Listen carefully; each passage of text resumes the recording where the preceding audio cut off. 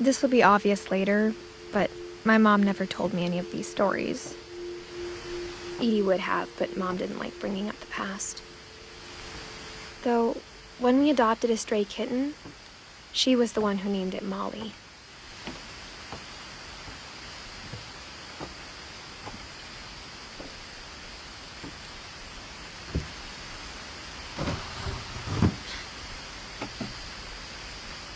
I spent a lot of time in Great-Grandma Edie's room.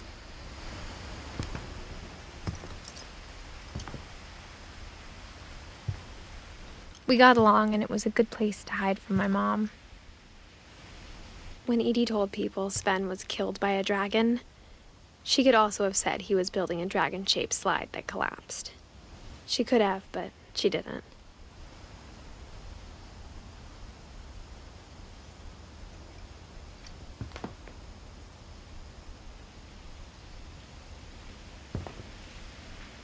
One summer, they evacuated the island, but Edie refused to go. For a few weeks, she was a celebrity.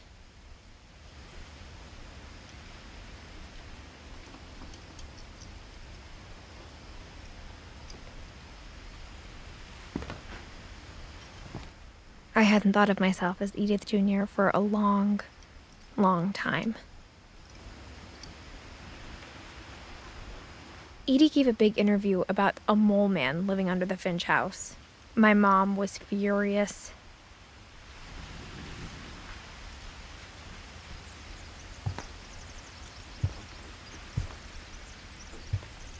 Edie knit me a new pair of gloves every year, just in time to replace the old ones. Louis died a week before we left, but Edie had already started to memorialize him.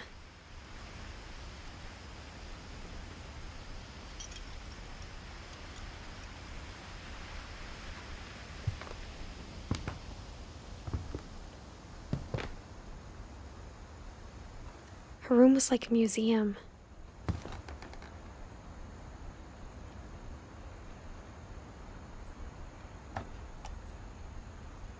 For 500 years, the Finches have been famous throughout Norway for their fortune and misfortune.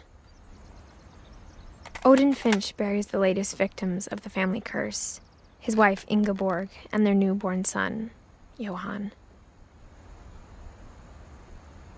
On January 7th, 1937, he set sail with his family and his house, hoping to leave the curse behind. But 40-foot waves off the coast of Washington send the house and Odin to the bottom of the sea. Odin's daughter Edie, with husband Sven and baby Molly, step ashore on their new home, Orcas Island. Odin Finch is the first to be buried in the new family cemetery. His daughter Edie is already dreaming of a new Finch house.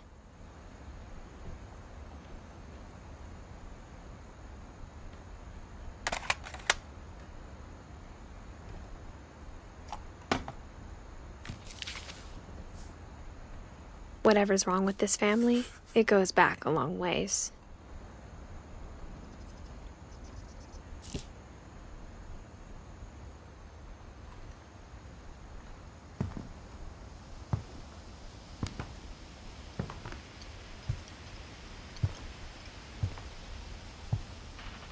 Even in her 90s, sometimes Edie seemed a lot younger than my mother.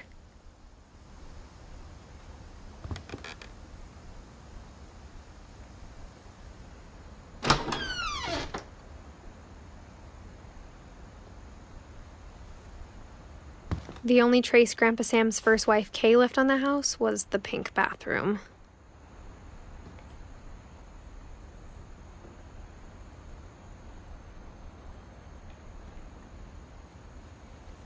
It was a pretty big trace.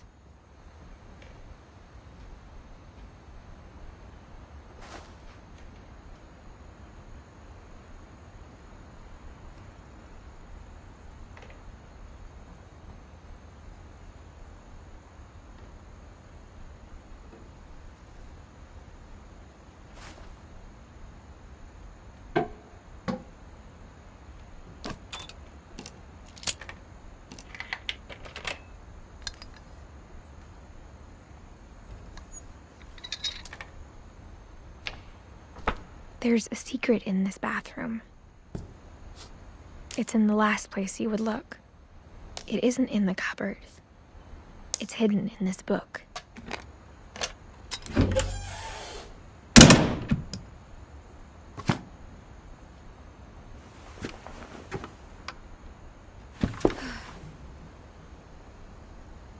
Sven gave Sam an old camera he'd refurbished. He never put it down.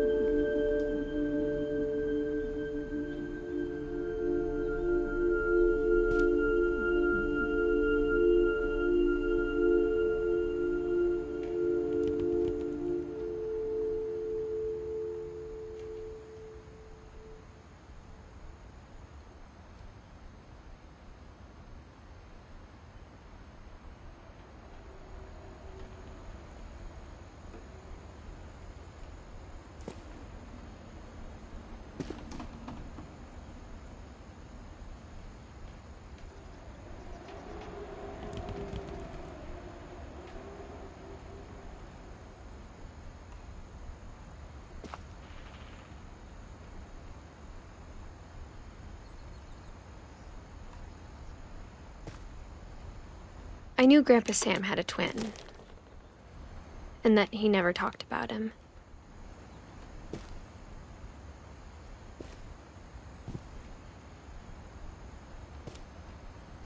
I guess my grandpa didn't like history any more than my mom did.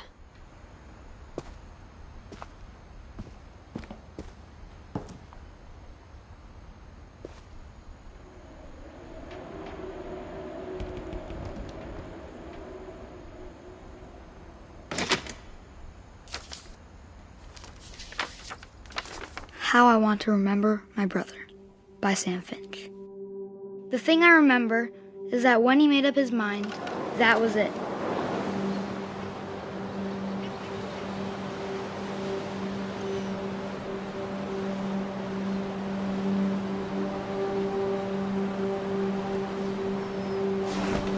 My brother said he'd die before he ate another mushroom, and he did. At Barbara's funeral, we swore he'd never be afraid again, and he wasn't. I think Calvin always wanted to fly. Sam! Calvin! Dinner's ready! Coming! But that day, he finally made up his mind to do it. I told him going around was impossible. Maybe if I hadn't said that. Calvin! I'm not gonna tell you again! Maybe if the wind hadn't picked up. Then maybe he'd still be here. But I doubt it. I think he'd already made up his mind. That's what I want to remember about my brother.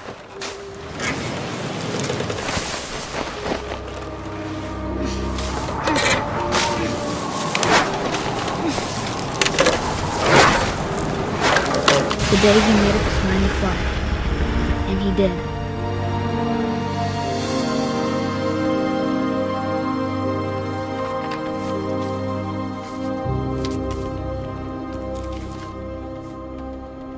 Calvin's story felt strangely familiar. When I was younger, I remember trying to do the exact same thing.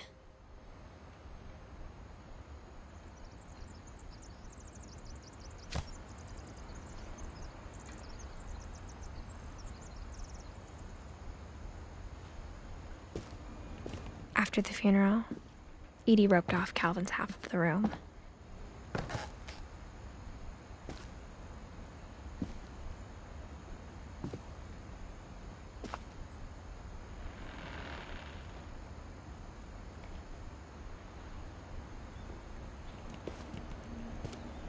Mom said Grandpa Sam enlisted at 18 and never set foot in the room again.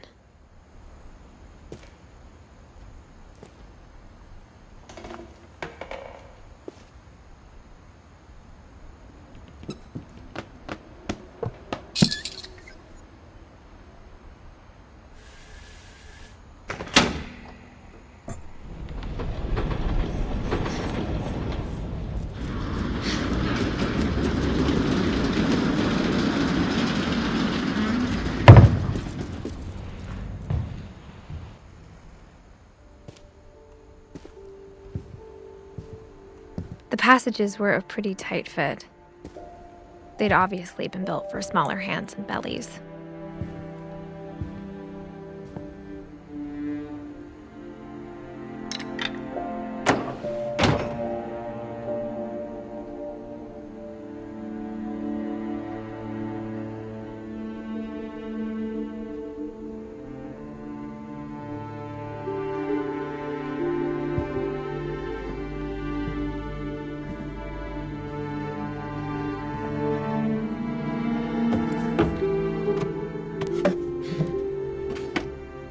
Growing up, I always thought of Barbara as a child star.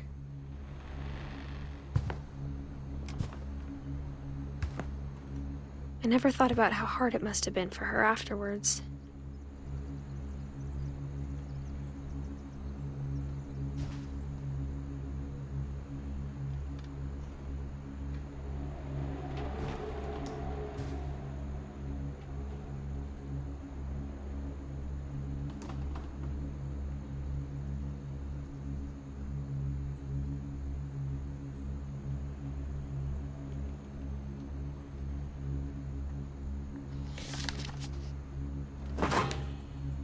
Of all the stories people wrote about Barbara's death, I'm surprised Edie saved this one.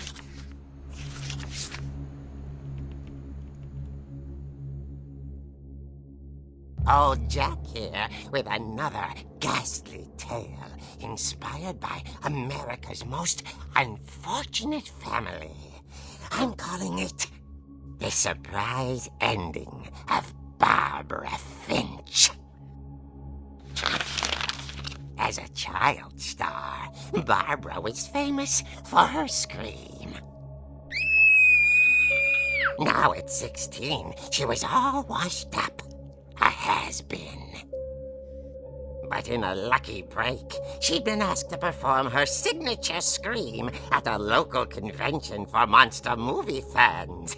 It was just the boost her career needed. Unfortunately, her scream hadn't aged well.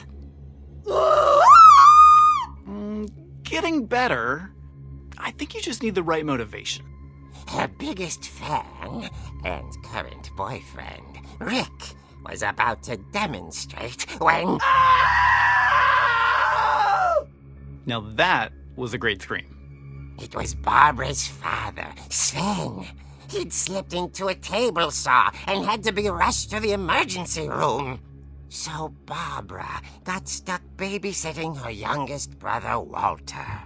Her convention comeback was cancelled. Okay, I'm hearing frustration, but I'm not hearing terror. What if I tried... A gang of hoodlums in Halloween masks have been terrorizing Orcas Island tonight. Police are urging residents to... That came from the basement. You're right! Also, I loved your delivery on that. Why is your basement door locked? Because my dad likes making puzzles and secret passages. There's a key hidden in the music box. The secret is to keep winding and winding until finally the key pops out. Thanks, babe. I'll be back in a sec. 20 minutes later, Rick hadn't returned. So Barbara went to look for him, right on cue. She reached for the music box.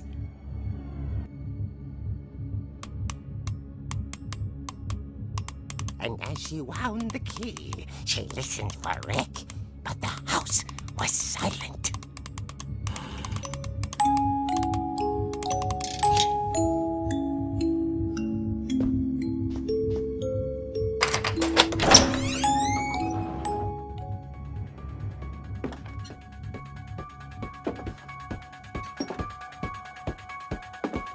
She found Rick's crutch and imagined the worst.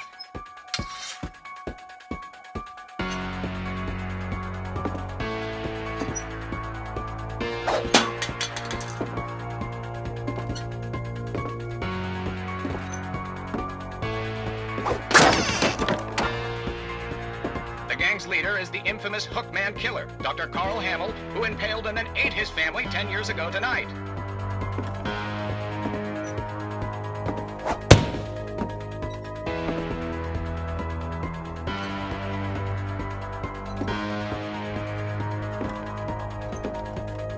The old fridge rattled and grew still.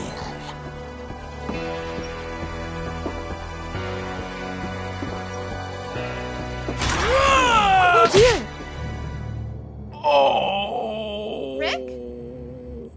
Barb, relax. I was just trying to scare you to help you find your scream. Well, I'm not scared, Rick.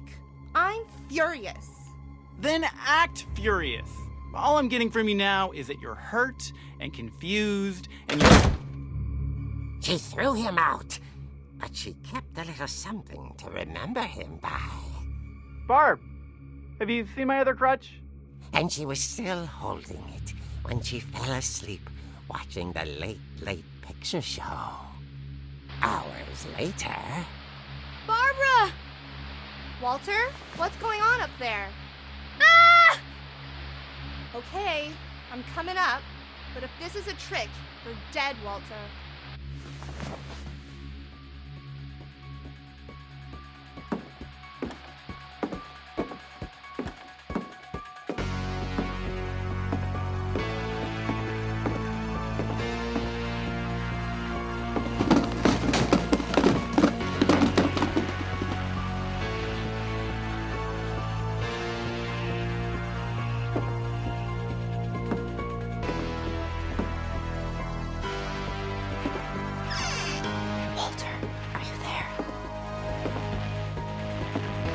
Walter had vanished, but his bedside radio was still on.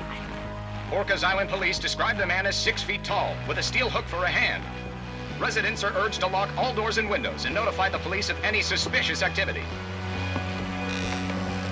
Barbara turned, saw the hook man, and was speechless. He was quite smashing.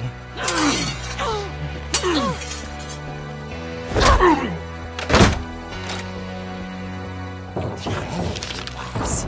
He couldn't get enough of Barbara. Okay, Barbara, there's gotta be another way out of here. That night, she played her part beautifully.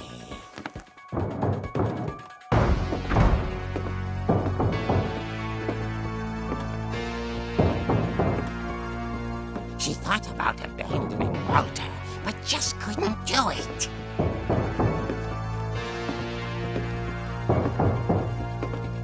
Molly's door hadn't been opened in years.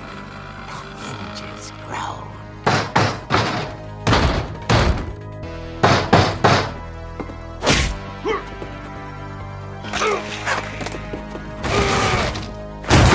He wasn't moving, but she sensed the story might not be over yet.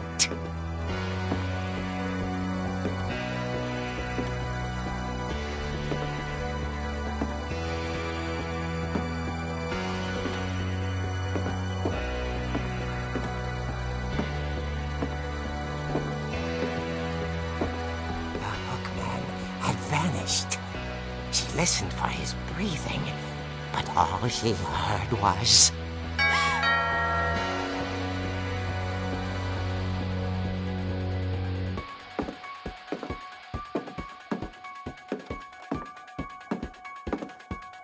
Someone at the door was dying to speak to young Barbara.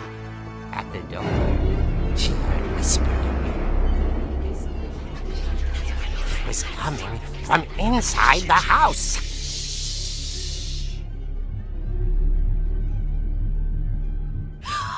Oh dear. Surprise! Bravo, Bob! You were wonderful. The monsters had come to surprise her. For Barbara, it was a dream come true. Then she saw what kind of monsters they were, and she realized what was about to happen. She was going to be famous. And with her final breath, Barbara Finch gave the performance of her life.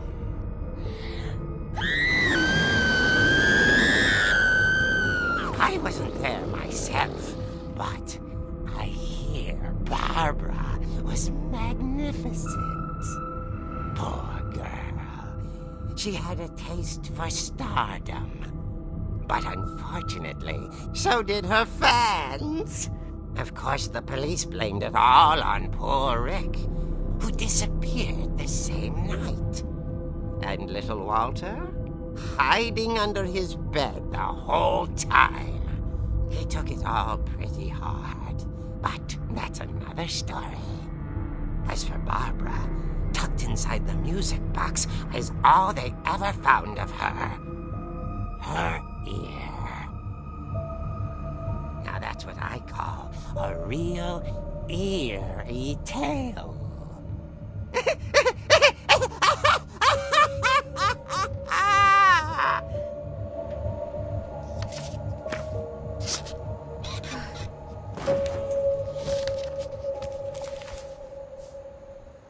Edie told me all Barbara wanted was to be remembered, as absurd as that comic was. Maybe what Edie saw was a happy ending.